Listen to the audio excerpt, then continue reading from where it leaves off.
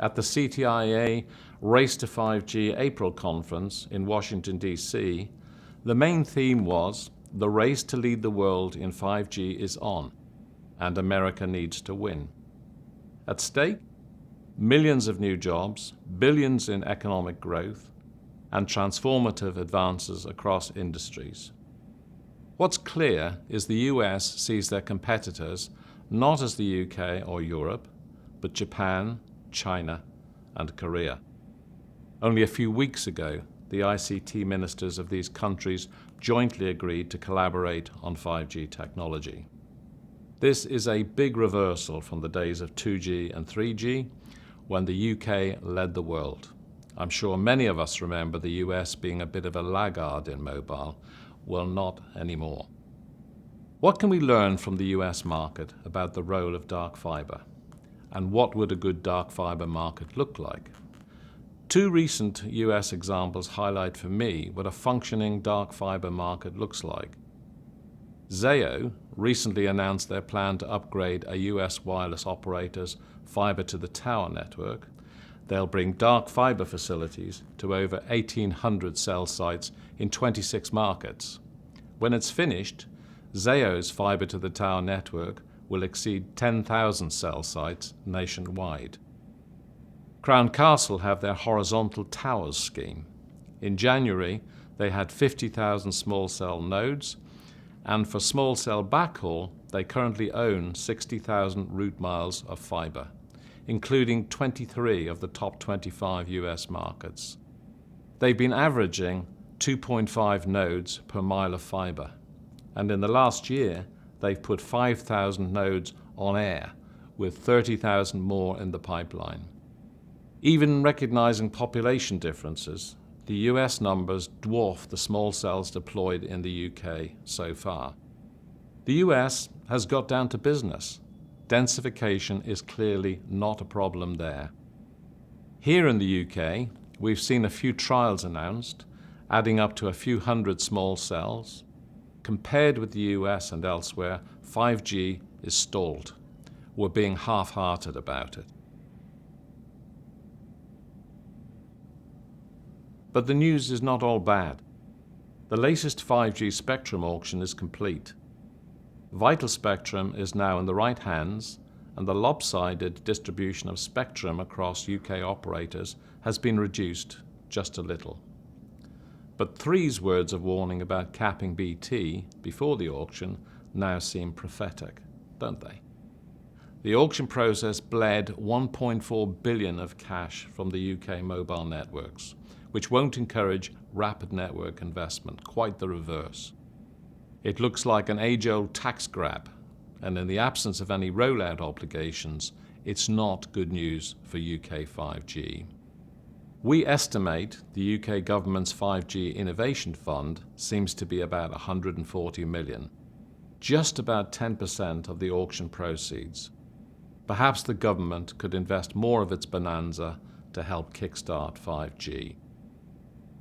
Massive MIMO antenna technology now seems ready for the mainstream. Some hope the additional capacity they create, together with lighting up new spectrum, wards off the need for densification and small cells. Yes, these antennas are clearly helpful, but they don't buy us much time. Usage is still growing at over 40% a year. What's also very clear is not all towers and cell sites will be able to or be allowed to use these larger and heavier antenna structures. Less than 20% of macros in dense urban areas are suitable. So what about dark fibre? Specifically, OpenReach dark fibre access. This time last year, it looked like it would be a godsend. A DFA launch was just around the corner, or so we thought. We even had a product specification and potential pricing structures. Even though OpenReach is the UK's biggest fibre owner, they've given a virtuoso performance in how not to sell dark fibre. Ofcom lost a court case to BT OpenReach, and 6 months later, DFA 2 arrived, a massively watered-down dark fibre product. The heart of Openreach's legal victory was proving they didn't have market power in circuits above 1 gig speeds. So strangely enough, DFA2 was limited to speeds of 1 gig and below. Yes, that's right. Dark Fibre was limited to 1 gig. Terrific. Up to that time, I thought dark fibre meant dark, and you could do what you like with it. But no, it doesn't, and you can't. It's all history now, but let's hope Ofcom return to the pitch with restored strength in time for the next business connectivity market review in 2019. Naturally, Openreach's fibre competitors supported the move against DFA2 to keep fibre prices at economic levels for them and to make sure full fibre investment goes ahead. This keeps the incumbents as the only possible UK suppliers of dark fibre, for a bit longer at least. We've simply got to break out of this stalemate with BT and create a scale, independent dark fibre market in the UK, and damn fast. Openreach's last act in its scuffle with Ofcom was to cut its 10 gig Ethernet price. This is helpful for the mobile operators, offering a seductive upgrade from the dominant 1 gig and 100 meg EAD backhaul circuits that are in place today, but it does nothing for densification and nothing for 5G. A magnificent move by Openreach to protect market share and their overall margin take from the market.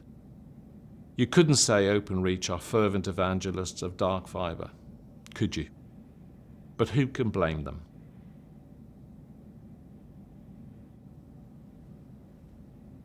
So, are we really in the race of 5G? Well, not yet. Not because UK research isn't focused on 5G, because it is. Not because UK mobile customers aren't big users, we are.